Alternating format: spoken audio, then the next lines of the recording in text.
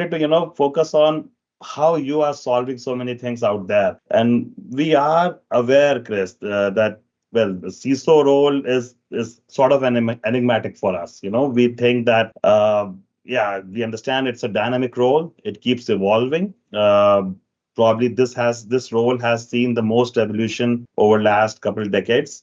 But still, for many of us, it's like a mystery. We do not really understand fully well uh, what kind of problems a CISO solves. So, Chris, if you can demystify this role a bit, if you can let us know, who all in your organization you typically work with, who do you collaborate with, and what kind of decisions you have to make, on a typical day. How does it look like? Your thoughts, Chris.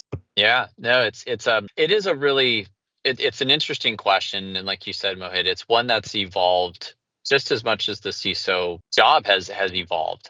I started in infrastructure on networking and doing routers and switches a long time ago. I won't date myself too much.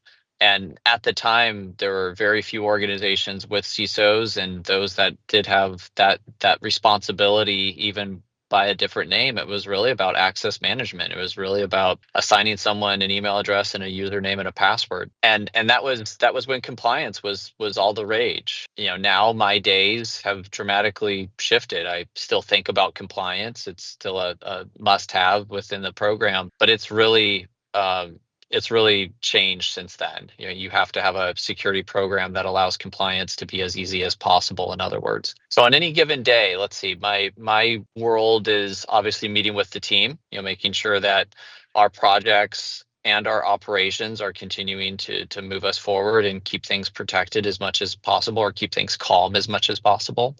I spend quite a bit of time with friends in legal, both on a data privacy side, as well as we're working through various decisions, discussions, things that are not just in the security team's remit, that we need to work with our partners in legal.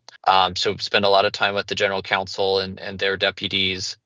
I also spend a lot of time with our business partners. And what's interesting about both legal and our business partners, we're not so much talking about security, right? We're not talking about the latest threats or the latest attacks, or who got breached yesterday and what's being done about it. It's really about how do we think about some of our key initiatives, and how do we make sure that things like data security are built in, data protection are built in, things that would potentially impact our ability to run our business day in and day out. The business operations aspects gets a lot of time and attention, especially these days when you think about ransomware and you think about the crippling effects that a different forms of cyber attacks can have. So a lot of time with legal, a lot of time thinking and working closely with our business partners, a lot of time making sure that the team that is doing what they do best day in and day out, everything from identity to detection and response, that those things are moving forward in the way that they should. Wonderful, wonderful. So we can clearly see that it's not like the geeky image that they present in movies. Like I remember this movie Swordfish, that you are fighting the attackers.